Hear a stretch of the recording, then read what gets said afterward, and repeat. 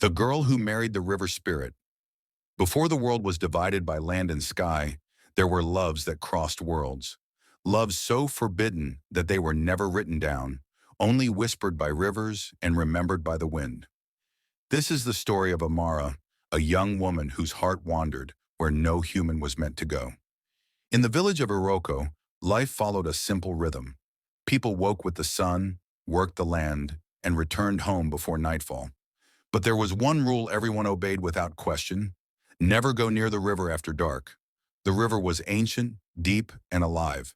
Some said it listened, others said it watched, and a few believed it took those who stayed too long. Amara had grown up hearing these warnings, yet they never rooted themselves in her heart. While others feared the river, she felt drawn to it. At dusk, when the air cooled and the world softened, she often walked barefoot to the riverbank. She sang softly, not for anyone in particular, but because the silence felt too heavy to keep. And sometimes the river answered. At first it was subtle, a ripple where there should be none, a hum beneath the water, gentle and low like a distant song. Amara told herself it was her imagination, but night after night the feeling grew stronger, until one evening the river spoke her name. Her breath caught. The water stirred, glowing faintly under the rising moon. Then slowly a figure rose from the river itself. He looked like a man, yet nothing about him was human. His eyes shone like moonlight on moving water. His hair flowed as if the river lived inside it. The air around him shimmered and the river grew still, as though listening. "I have watched you," he said, his voice smooth and deep, like water sliding over stone. "Night after night, you come without fear. Why?" Amara's heart pounded, yet she did not run.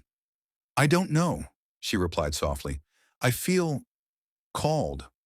When I'm here, I feel like I belong." The figure studied her closely. "Humans do not belong to the river." "Maybe I do," she said, surprising even herself. For a long moment the river was silent. Then the figure smiled and the water rippled again. "I am the river spirit," he said, "guardian of these waters, and you, Amara, are unlike the others." From that night on, they met in secret. Under moonlight, they spoke of many things. He told her stories of the river's memory, of trees that had fallen centuries ago, of villages swallowed by floods, of spirits that moved unseen beneath the surface. Amara told him of human dreams, of laughter, fear, and love. With him, she felt seen in a way she never had before. Days turned into weeks, weeks into quiet longing. Amara found herself thinking of him even when she was far from the river. Her laughter came easier. Her world felt larger, brighter, alive. But not all things that glow are safe. The river spirit began to grow cautious. His voice carried warnings now, his gaze often drifting to the darker parts of the water. "There are rules," he told her one night. "Rules older than both of us. Spirits are not meant to love humans."